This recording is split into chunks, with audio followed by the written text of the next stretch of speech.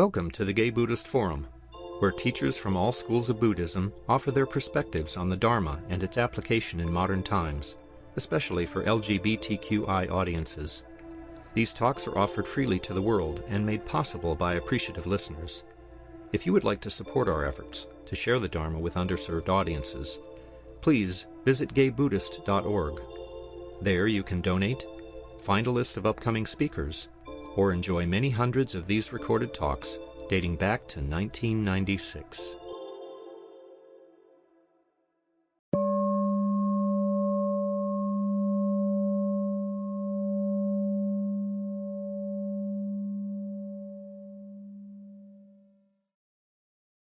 Let's do introductions.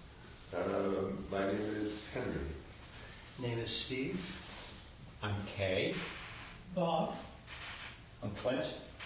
You say? Andy. Andrea. Grisha. Jim. Matthew. George.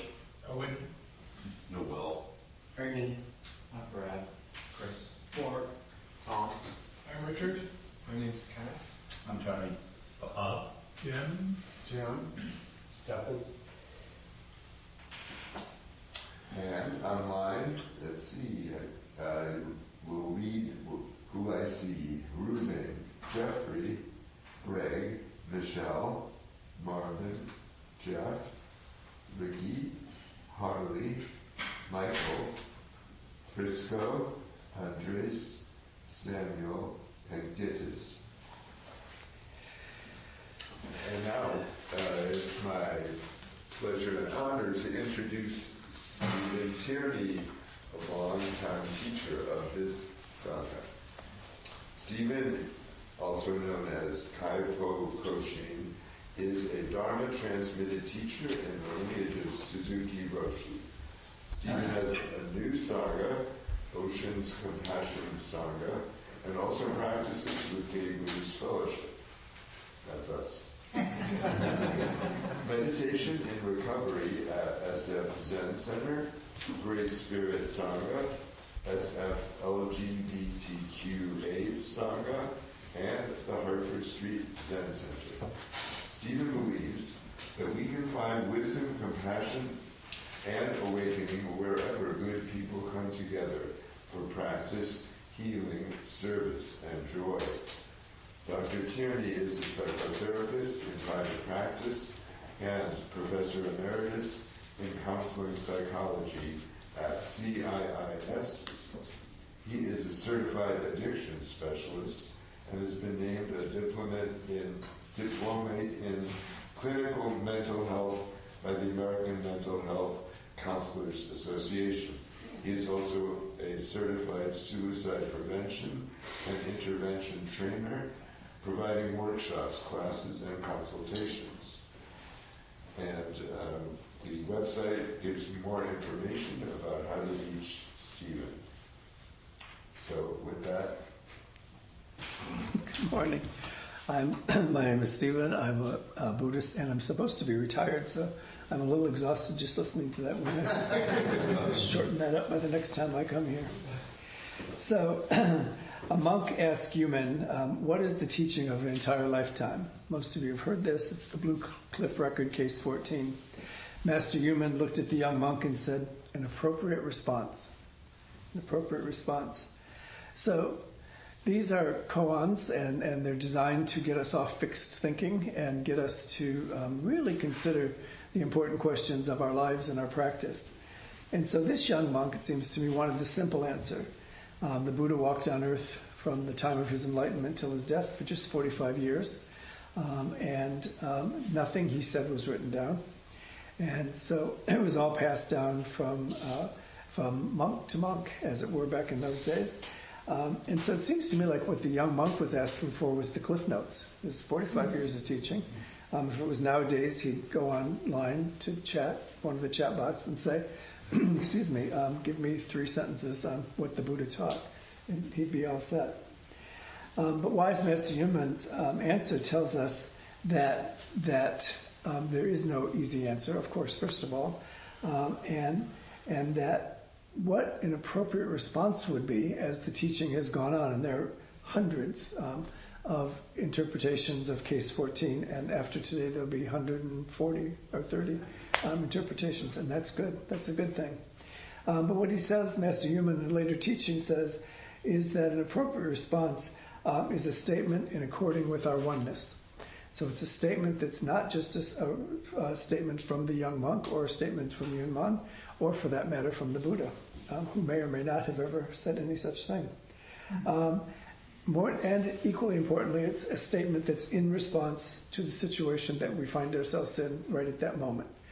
And a response that honors our practice. And so the Buddha taught, and Master Yunman would say, you must have an active, engaged practice in order to even consider these types of important questions. And an active, engaged practice for those of us living in these days includes something called the Bodhisattva vows. Different emphasis in different lineages, and I know we're non-denominational here in many lineages, and some completely non-affiliated mindfulness practitioners, all good. But the Bodhisattva vows can apply to everybody, and what the Bodhisattva vow says is that we agree to live and be lived for the benefit of all others. So if you happen to be a codependent or have any of those sins, it's a great statement for you. You can spend the rest of the year being busy trying to save all others. Or you can read Elizabeth, whatever her name is, this book, the person that wrote Sleep. Kubler-Ross. No, that one would be helpful also. But Sleep, Pray, Eat, whatever that book was a few years ago. Eat, pray, love. Yeah. Anyway, so she's written this new book called All the Way to the River, which is really talks about how to engage and not engage with her own addiction, love addiction, and other codependence that she had. And I will just share with you, I read the book all the way from beginning to end, and then read the New York Times review, which said her life and this book are excruciating. So just read it if you'd like. There's some good stuff in there, but it is a long book. But this teaching, it seems to me, of Master Yuman, an appropriate response or an appropriate answer, depending on where you read it, really seems to me that while it can be interpreted in many ways, the teaching that I like best was from a teacher that I heard at Plum Village a long time ago, and basically said that the answer should be to live with integrity. You know, that simple statement, to live with oneness, the oneness of all of us, to live in accordance with whatever situation you actually find yourself in, and to live for the benefit of others. Really is about living in integrity, and to live in every moment and in every situation and in every encounter with any other human. Well, he actually said sentient being, but that's, even I get exhausted thinking about that. So it's to live with integrity. And I think Master Yuman's invitation was to read less, reducing the need for Cliff Notes or AI chatbot summations, and really to allow, as the Buddha used to teach, to allow these teachings to wash over us. Not so much to examine the linguistics of a specific teaching, and there are lots of places, and some of them are quite lively and fun and interesting, where you can go and someone will say, here's this such and such sutta, and we're going to spend the next 18 weeks picking this apart sentence by sentence and coming up with the true and deep meaning. And that can be interesting and useful. And people get master's and doctoral degrees and lifelong. There's some bookshelves out there filled with the results of that kind of work, and it can be useful and interesting. But I think for us on a practical, day-to-day life of practitioners of a spiritual life in Buddhism or mindfulness, it means to not so much think about the linguistics of all that, but the Buddha said in the Kalama Sutta, actually, to accept the ideas only after they are viewed, but verified by your own lived experience. Only after they're verified by your own lived experience. And he went on, and this is a lot of my senior teachers over the years leave this word out. He said, and as long as you prove them to lead to increased well-being and happiness. So we don't talk a lot about happiness and joy in Buddhism, and often I've heard teachers, especially Zen centers, say, well, that's not really the point. We don't talk about happiness and joy. We talk about an engaged life.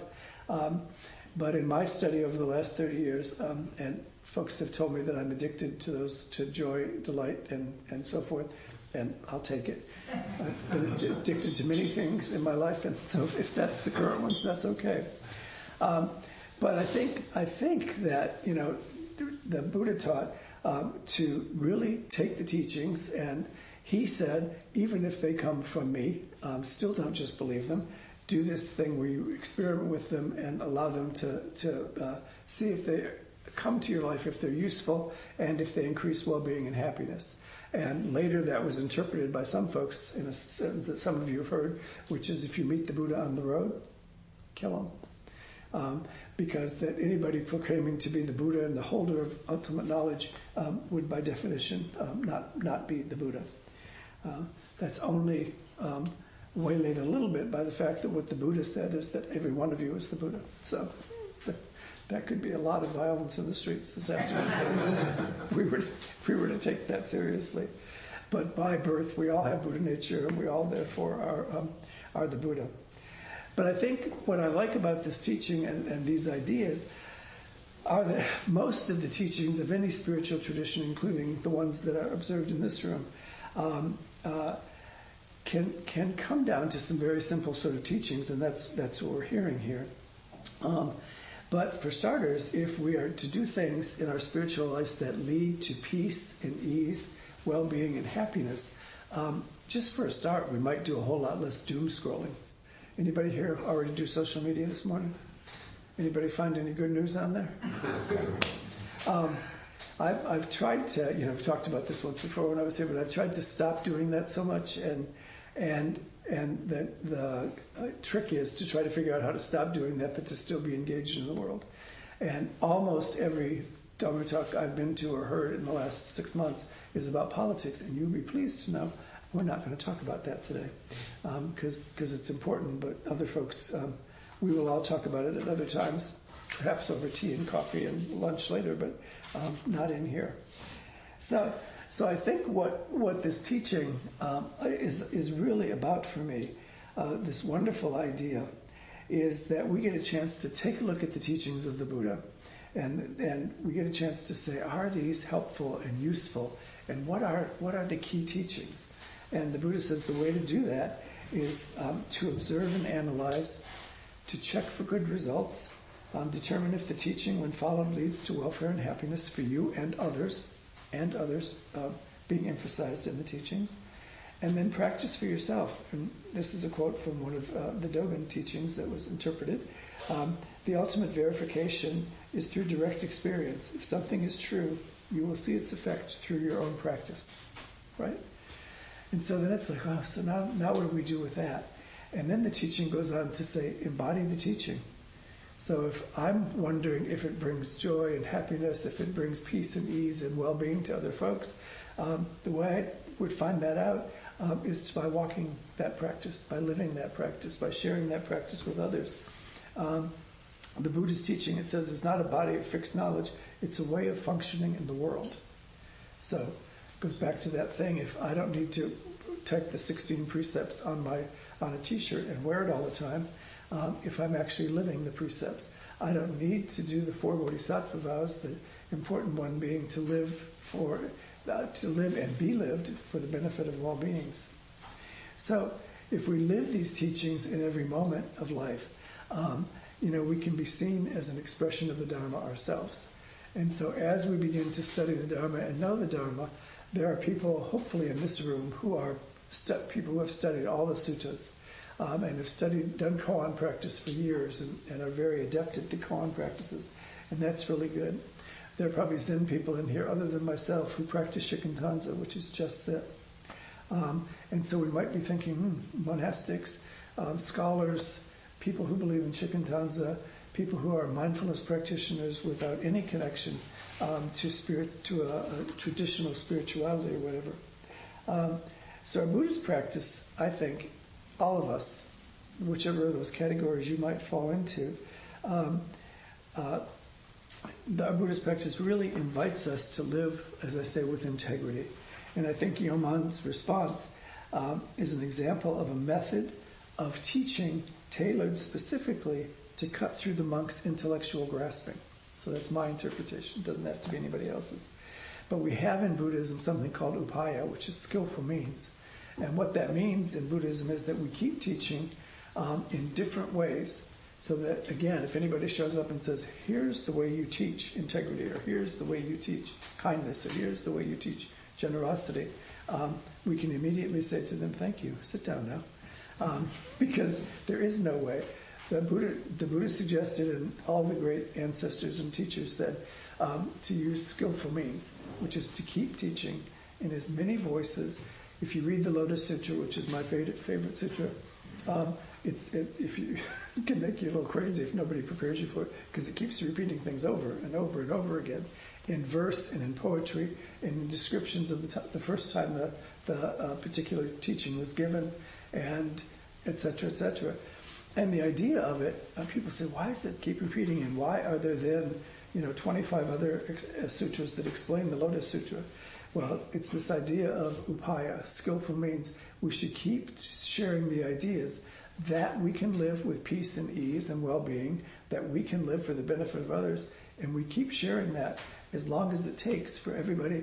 Like when there's some teachers in here, when you're teaching something, and all of a sudden you see a student light up, it's like they got it. And that's the best feeling in the world for both the student, whether it's kindergarten or graduate school, both the student and the teacher, when suddenly you're explaining something and they got it. And so that's the idea of this. If we live Buddhism by practicing Buddhism, by walking Buddhism in our daily lives, then we get the opportunity from time to time to see somebody actually light up. So when we think about practicing Buddhism, it can seem a little bit overwhelming, as a lot of things in life always, but particularly right now, can seem a little overwhelming. And so in Buddhism, in the way I practice it, we have these bodhisattva vows, and these are the Thich Nhat Hanh versions. It says, beings are numberless, I vow to save them. Delusions are inexhaustible, I vow to end them. And this is Thich Nhat Hanh's edition. Afflictions are perpetual, I vow to bring them to an end. Dharma gates are boundless, I vow to enter them and to understand them. And the Buddha's way is unsurpassable, I vow to attain it. So those are all things that, on their face value, seem to be impossible, right? It's like, well, those must be koans, because you obviously cannot possibly save all beings. And in fact, some of the Zen centers around, Buddhist centers, but Zen centers that I know about around the country have changed that first one now from beings are numberless, I vow to be with them all, which is still kind of a challenge if you ask me, because you're going to be awfully busy. But so today I think that what I would offer to all of us is the invitation to really think about how we want to live as Buddhists in the world in which you're living right now. That may be a world that's on social media constantly. That may be a world that's absolutely attuned to Washington or the World Health Organization or other institutions that you are concerned about or worried about. It may be that you're concerned about, I saw a beautiful movie last night at the Irish American Film Festival called Four Moms. Just the sweetest movie ever, funny and so forth. And it's really about the life of four families, if you will, and how they come together to take care of each other. And their lives in the first few scenes of the movie seem impossible. And if it were me, or probably most of us on most days, we would have packed one bag and taken off for Ibiza, which three of the characters do, as a matter of fact. But by the end, I won't ruin the movie for you, but by the end of it, everybody's back together, sort of. So our lives may be taking care of ourselves and each other, and that's an important part of this. But I think the important thing is this idea of living with integrity. And so I thought a lot about integrity in the last week and getting ready to come and spend some time with you. The word integrity comes from the Latin word which means whole or complete. And the concept, and there are lots of interpretations probably, but living with integrity means making whole or complete yourself, your spiritual practice, your family, your friends, your colleagues at work. Living with integrity means aligning your thoughts, words, and actions with your core values and ethical principles. So one of the things I did once here 3 years ago, and we won't do it again today, but we had some little pieces of paper and we asked everyone to write down your personal 4 core values. And I can see what looks on the faces. If I ask you to do that right now, how many people could easily write down your personal 4 core values? Yeah. And there's nothing right or wrong about that. But the issue is, when we think about integrity, when we think about Buddhist practice, when we think about social engagement or engaged Buddhism, as Thich Nhat Hanh taught it, one of the things each of these definitions says is what you do at a moment-to-moment basis, what I do when I interact with Kai or you or anybody else in the room, should be based on my core values. And so there's a wonderful book out right now called The Book of Alchemy. Soleil, I think is her name. She's John Baptiste's wife, and she's a young woman who, she's now 30, I guess. She's been diagnosed with leukemia 3 times and has lived through the first 2. And when she got this disease again, she said, what are my core values? And she realized she didn't know. And she said, for her, here's an example how simple they can be. One of it was that she had been taught to live every day as if it's your last day. Live every day as if it's your last day. The idea being to get as much stuff in and do it, or whatever. She said that was oppressive to her, that it was too much, especially for somebody who was sick. And so she changed her core value to live every day like it's your first day. Live with curiosity and warmth and openness and invitation. And so that, she said, became one of her core values. Her other core value was to do this journaling, which is what this Book of Alchemy is about. To keep a journal, to figure out when you wake up in the morning, if you wake up saying, this is my first day. She said she used to have a to-do list. Everything she did was on a to-do list. And she said she decided that also was oppressive. For one, you can just smile. You don't have to raise your hand. How many folks here have to-do lists that they make? Yeah. And how many people start out Tuesday's to-do list with the things on Mondays that weren't done? Yeah. Yeah. So here's this concept. And she said she got rid of that. And so what she's done, and she has, again, for the 3rd time now, terminal leukemia. And so she's decided that how she wants to spend her time is she has a to-feel list. To feel. And she says, so she wakes up in the morning and says, how do I want to feel at the end of this day? I want to feel accomplished, or I want to feel connected, or I want to feel healthy. She said, and then what goes on my list is what things can I do to accomplish that? So if I wake up on a Sunday and say, I want to feel connected, I want the feeling in my life to be connected today, what can I do? Well, I can come to GBF, I can spend time with people afterwards, I can do another Sangha at 4 o'clock, I can do whatever, it might be. And she says that's so different than the to-do list, because at the end of the day, did you feel it? Do you feel it? Are you closer to it? Have you made some progress? And that's a good thing. And so the concept here that she's talking about and that Buddhist teachers tell us is it's the 2 key aspects of living with integrity are the idea of self-reflection.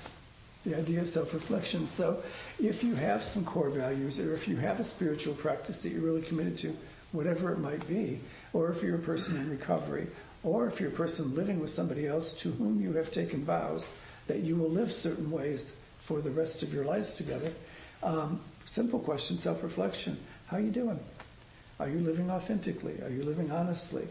Are you willing to abandon some of your personal needs for the needs of that other person or your other people or whoever it is?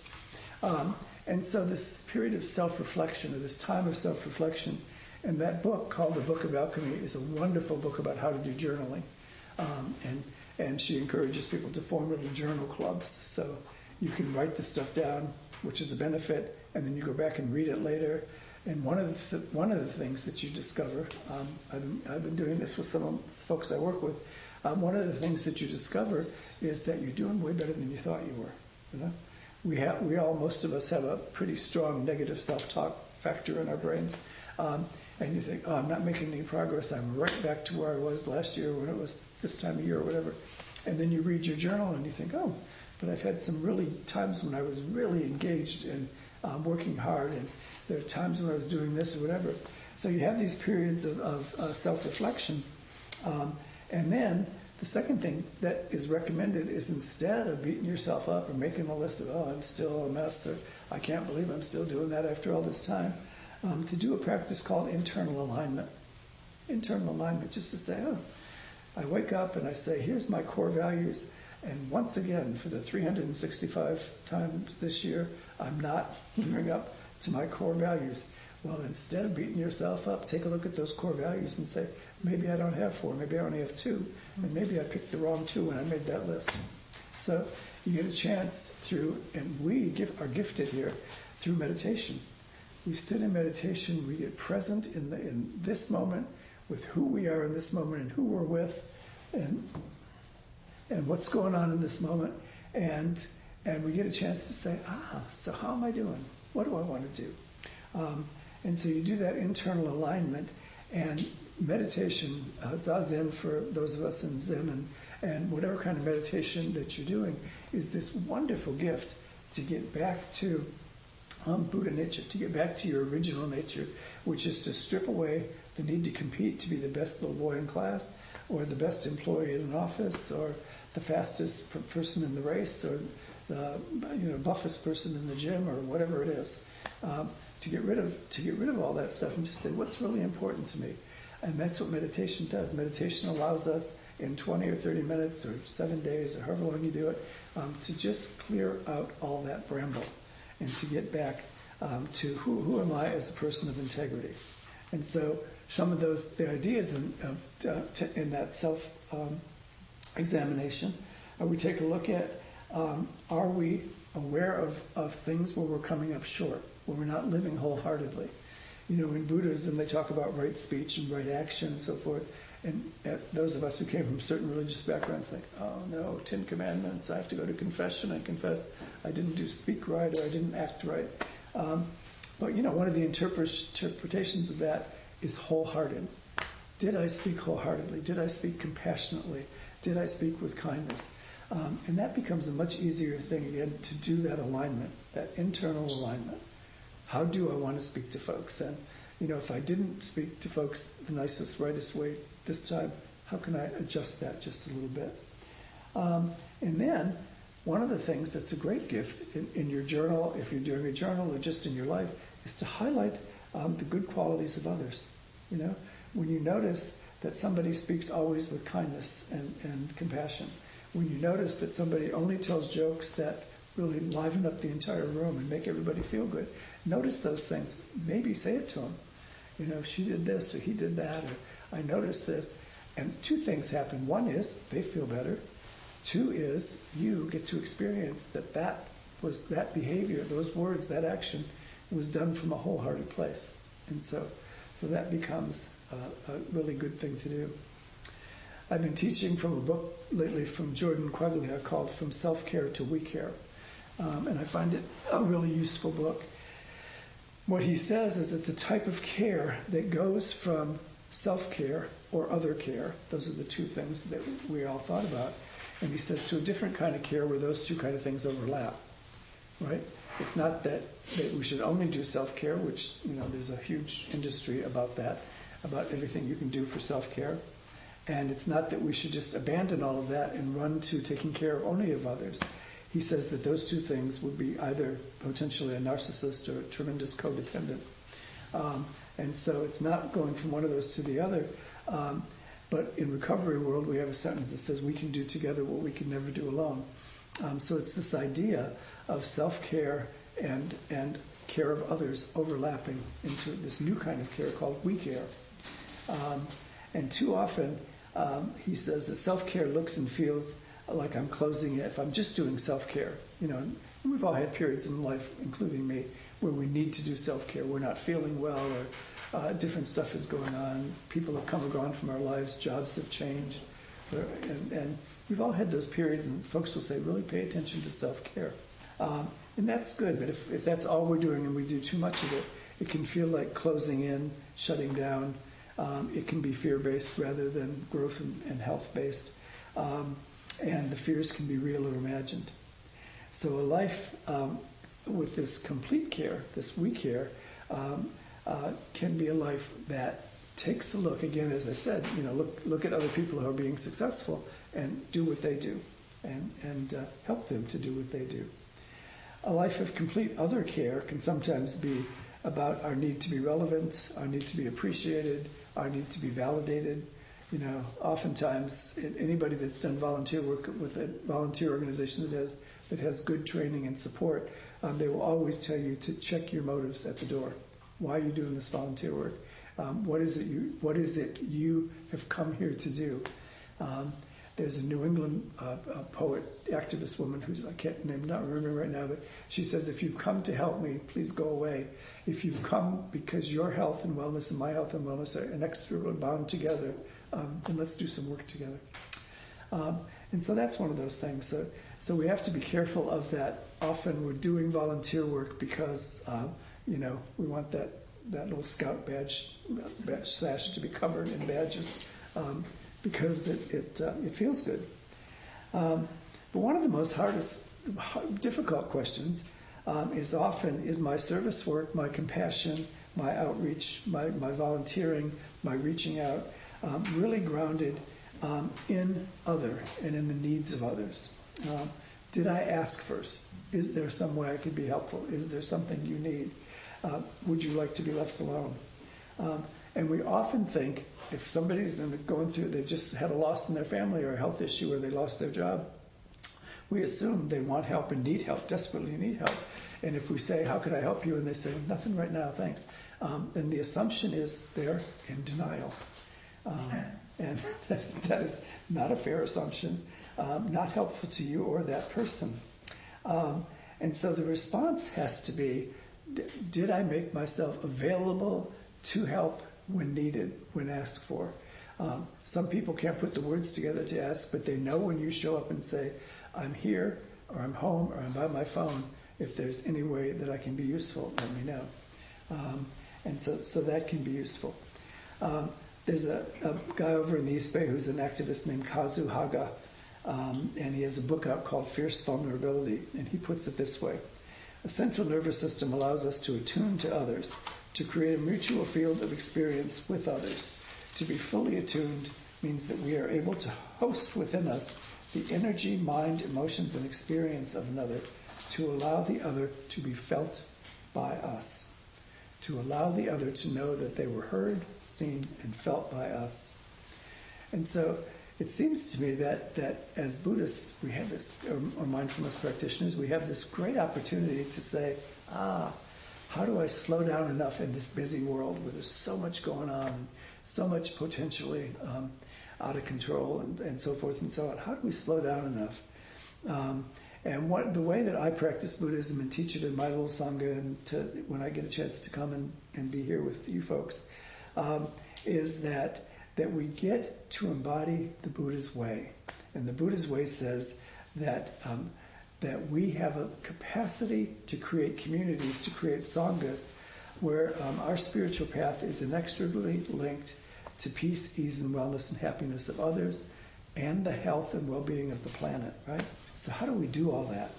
Well, some of the newer teachings that I've been reading and hearing about say the support comes through dedication to a deep and disciplined contemplative life. So meditation first.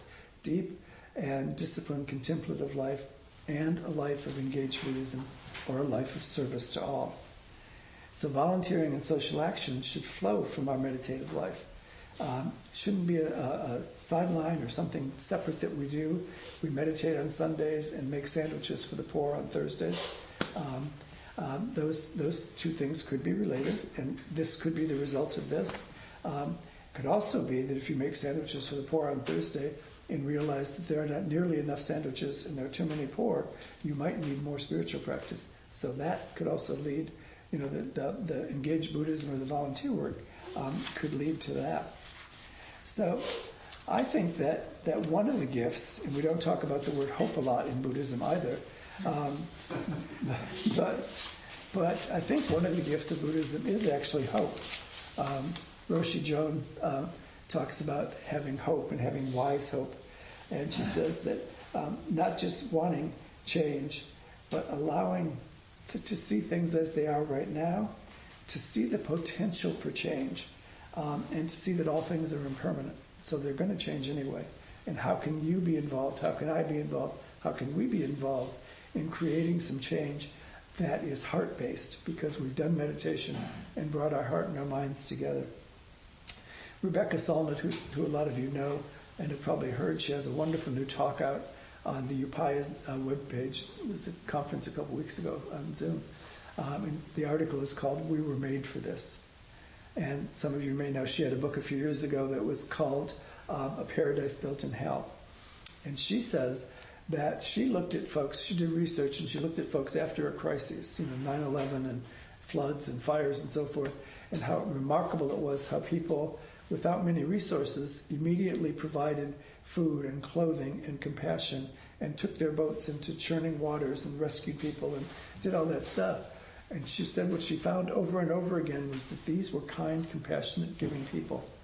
And going back to something I said earlier, they get lost in the day-to-day life of trying to pay the rent and keep their houses safe and be engaged in the kids' school and taking care of their pets and whatever else it is. And you just get too busy for some of that stuff. But the paradise built in hell, her theory is that if there's an opportunity and if we're going slow enough, if we're moving at a slow enough speed, or periodically in our day taking time to slow down and stop and do this kind of reflection, she says that a key aspect of integrity in this life is a nimbleness of spirit. A nimbleness of spirit. One moment we may need to speak up and speak out. The next moment we may need to really be silent and listen carefully. So I think that what I offer today, and there's this wonderful new book that I'll just reference because it's kind of fun. It's called Becoming Yourself. It was published in 2025. The author is listed as Sunrai Suzuki Roshi. He's been dead for 30 years. And it says it was edited by Mel Weitzman, who's been dead for 8 years. And the publication date was April of this year. So it says it's filled with humor and insight, and clearly it must be. But the title of the book is what really appealed to me when I first took a look at it, because I think Buddhism is based on the notion that human beings are fundamentally open and clear and compassionate. Fundamentally. The Buddha said, I believe in the innate nobility of all beings, and I think we forget that. I forget it, and you forget it. I'm guessing, maybe not. And if you all have a better way to do that, then tell me over tea out in the other room. But I think we fundamentally forget because we get tied up in stuff, right? We get busy with stuff. And I'll just say one more thing. And so anyway, what we need is the courage to be present, the courage to be ourselves, be present, be in the right moment. And so just a fun anecdote to close the talk, which is I've been doing one of my little surveys that I like to do. And I've been asking people this week how they're feeling. And overwhelmed, gobsmacked, shocked, etc., etc. And what's that about? Well, Jimmy Kimmel was canceled by the FCC, by whatever. And so I've said to these people, did you watch Jimmy Kimmel? And of the people I talked to, there were 11 so far this week that they brought it up, that topic. 11 people, 8 of whom were completely overwhelmed by the horror of living in a country where Jimmy Kimmel can be canceled. 8 of those people had never ever watched the show, didn't know anything about, never mind what was said in the incident, didn't know anything about the show, and so I said, so that's the thing that's overwhelming you this week. And I do believe in free speech, and like I said, other folks have been talking about politics, so I don't want to do that.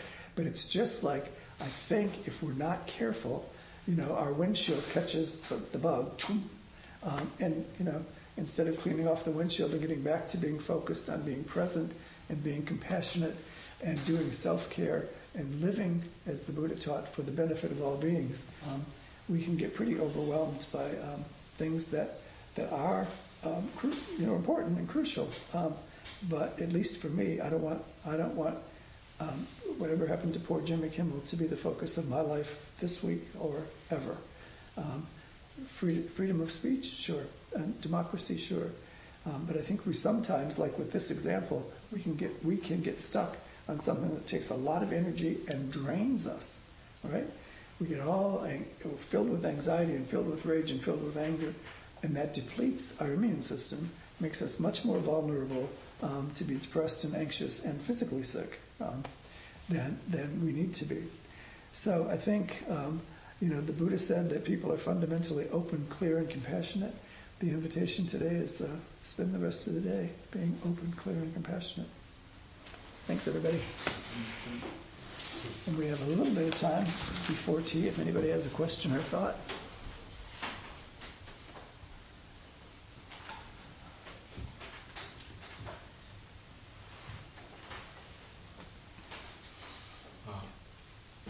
You earlier mentioned we care, and could you explain what it is, or could you give us some example of we care versus self-care and other care?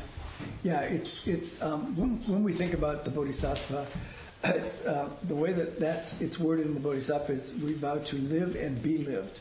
So we create opportunities for people to be kind to us, as well as for us to be kind to others, for people to listen to us, as well as to listen to others.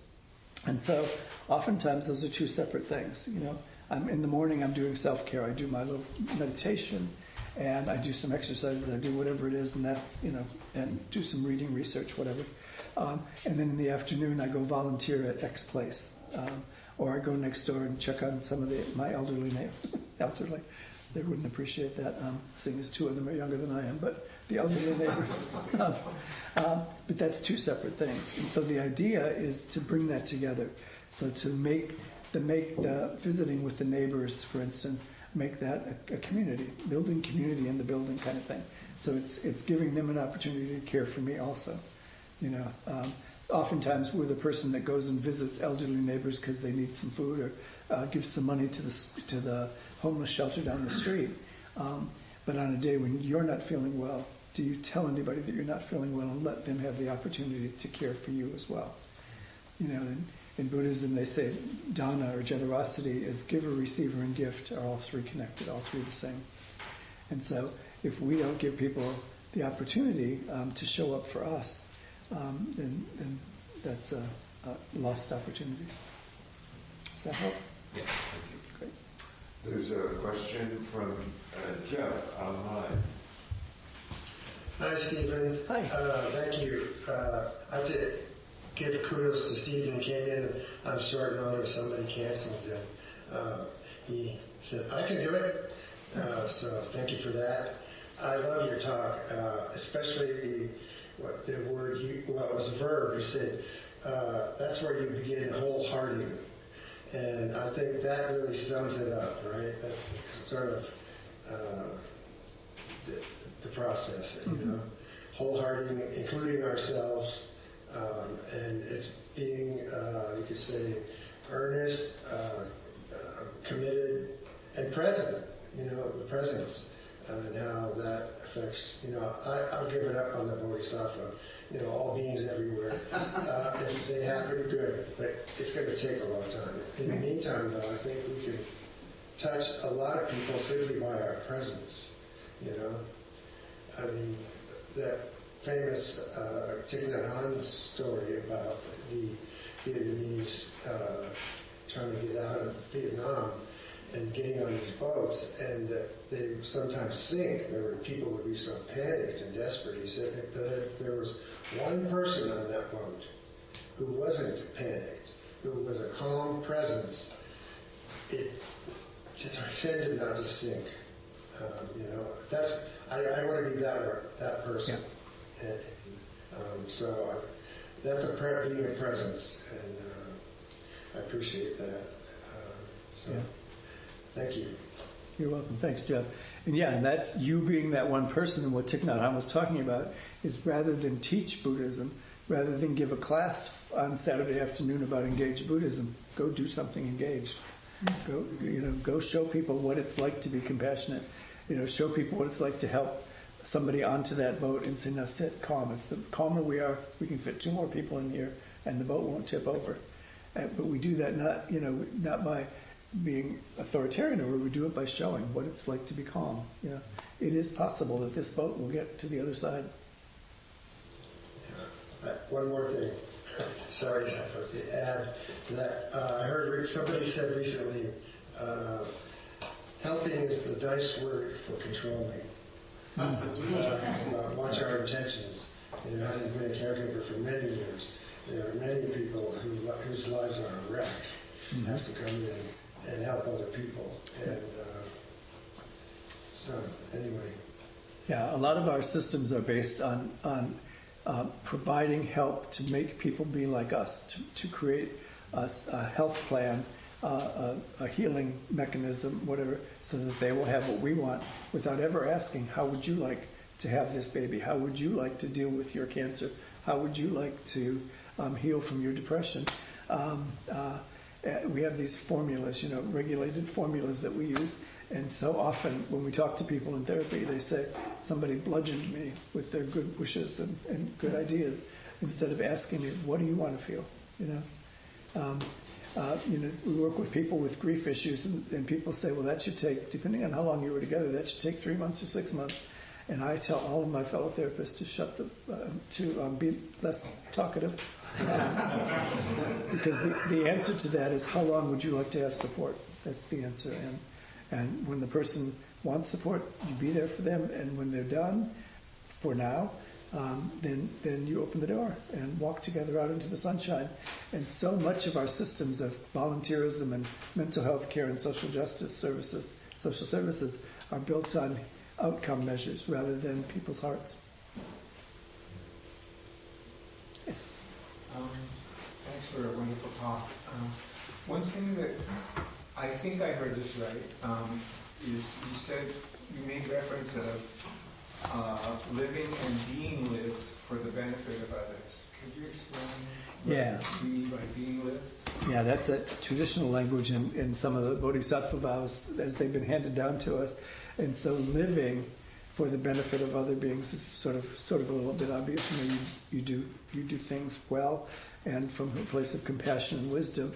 Being lived is sort of that same thing we were just talking about up front with Kai, that's it's allowing other people. Being lived allows other people to be in your life and support you and nurture you and care for you, because if you don't do it, then they don't get the opportunity to have that part of it.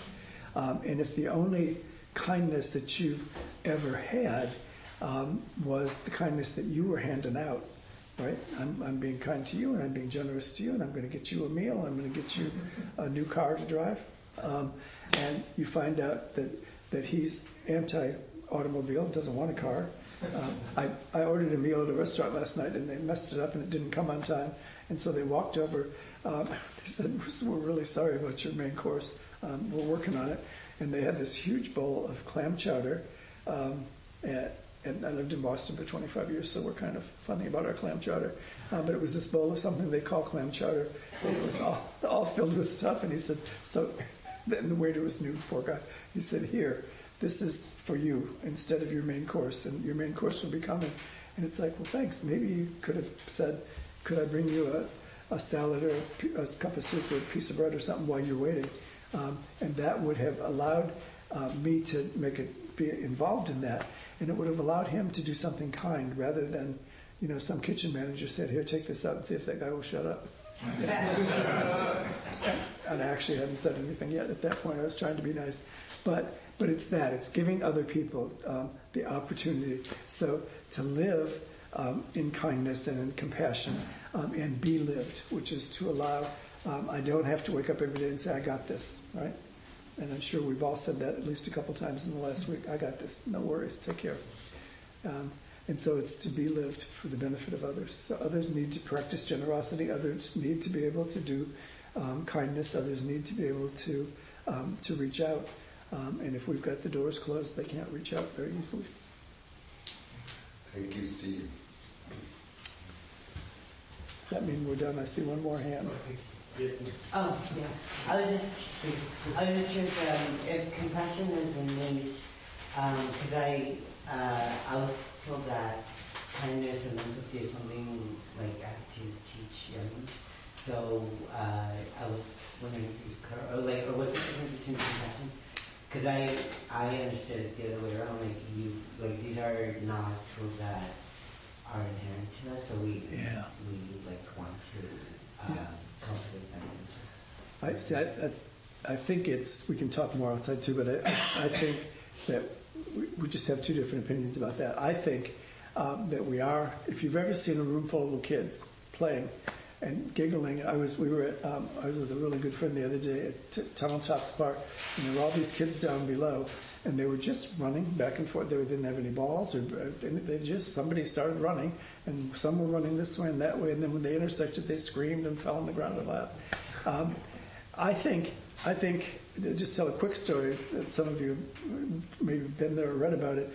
The Dalai Lama gave a talk 25 years ago in New York that I happened to be at to a group of psychologists, and he said, "What's the biggest problem you face as psychologists in the U.S.?" And people said, and he said, "What did they say?" And his assistant said, "Self-esteem, self-concept, self-efficacy." And he said, "That's how you think about yourself. That can't be true. How could you not think well of yourself?" And they said, "Well, it's a big problem in the United States. People." He said, "Somebody taught you that. Somebody taught you that." So that's when I say that. That's what I think. I think we're born compassionate and kind, and that our schools and our economic systems, and sometimes our families, and sometimes the happenstance of poverty and capitalism, etc., teaches that all out of us, right? Teaches it all out of us. So, those of us that are men were particularly taught, boys don't cry. Keep that to yourself. Man up.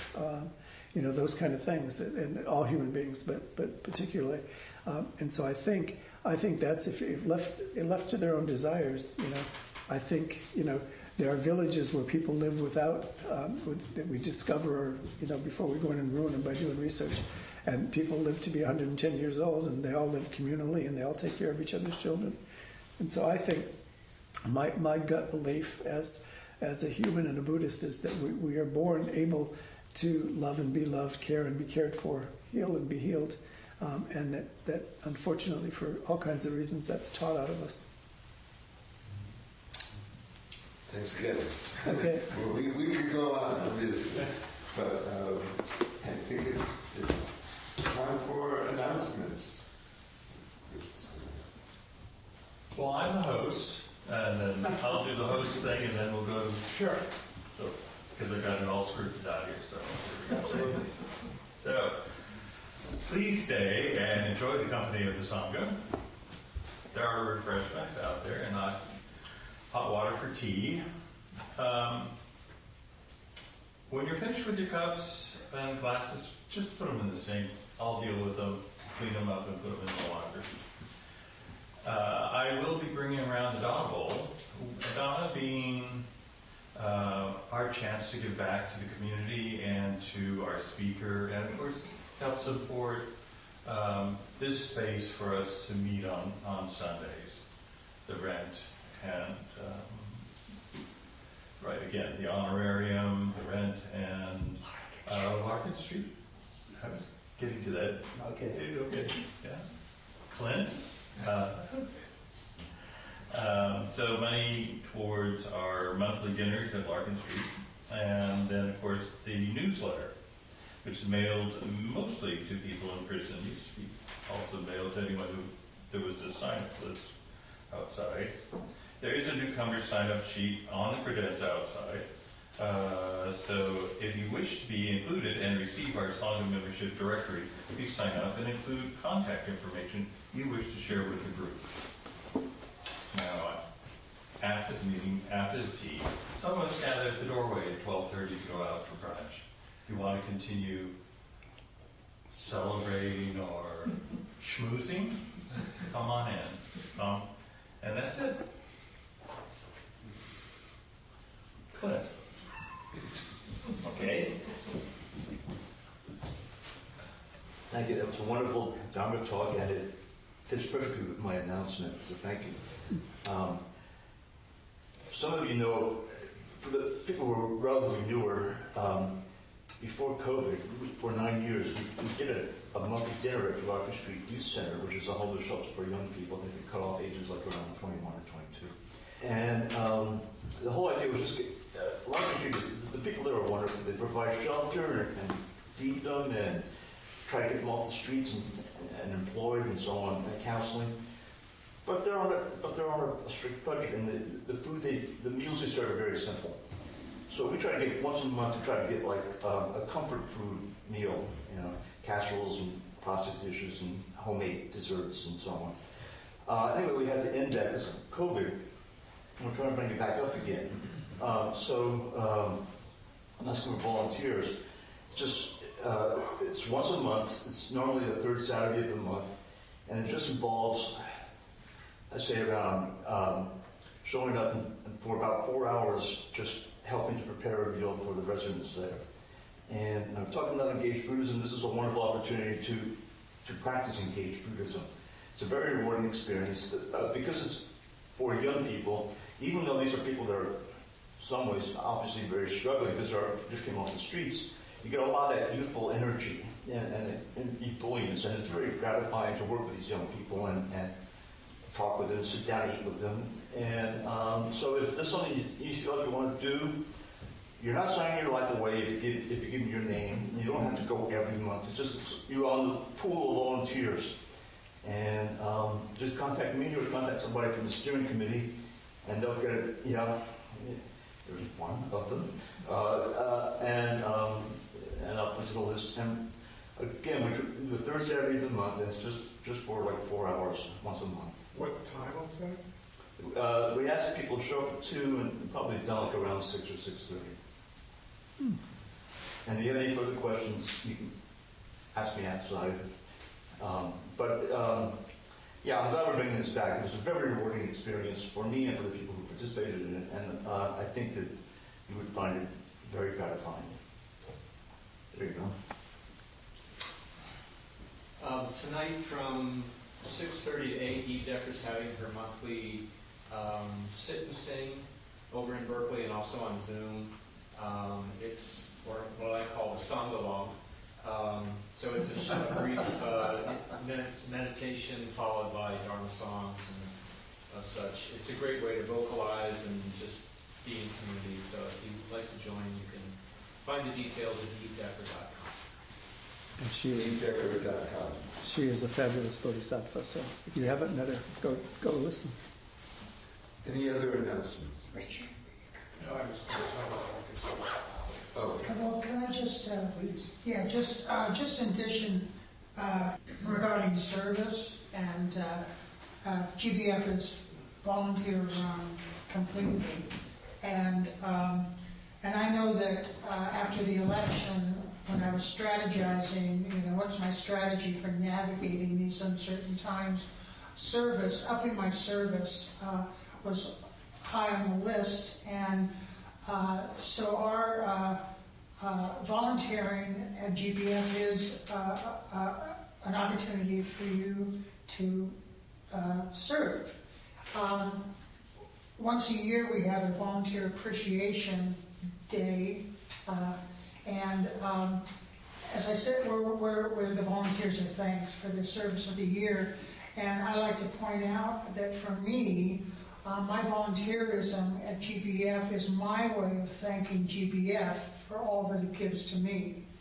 And so I would invite you to look at what place GBF has in your life and see if maybe there's an opportunity for you to return gratitude through our various volunteer opportunities. and if you want to know what those opportunities are, many people can provide that information. I think it's time now that we can circle up and do a dedication of merit.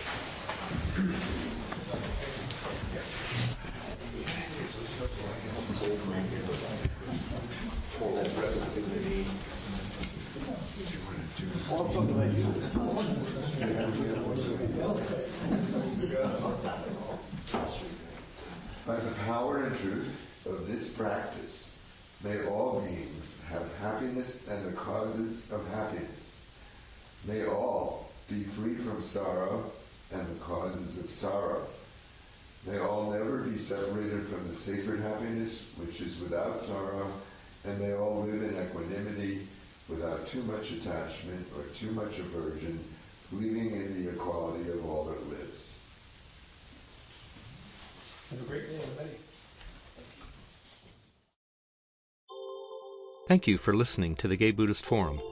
If you would like to hear several new talks per month and be notified of upcoming speakers so you can participate live, please subscribe to this podcast, like us on Facebook, and join our mailing list by visiting gaybuddhist.org.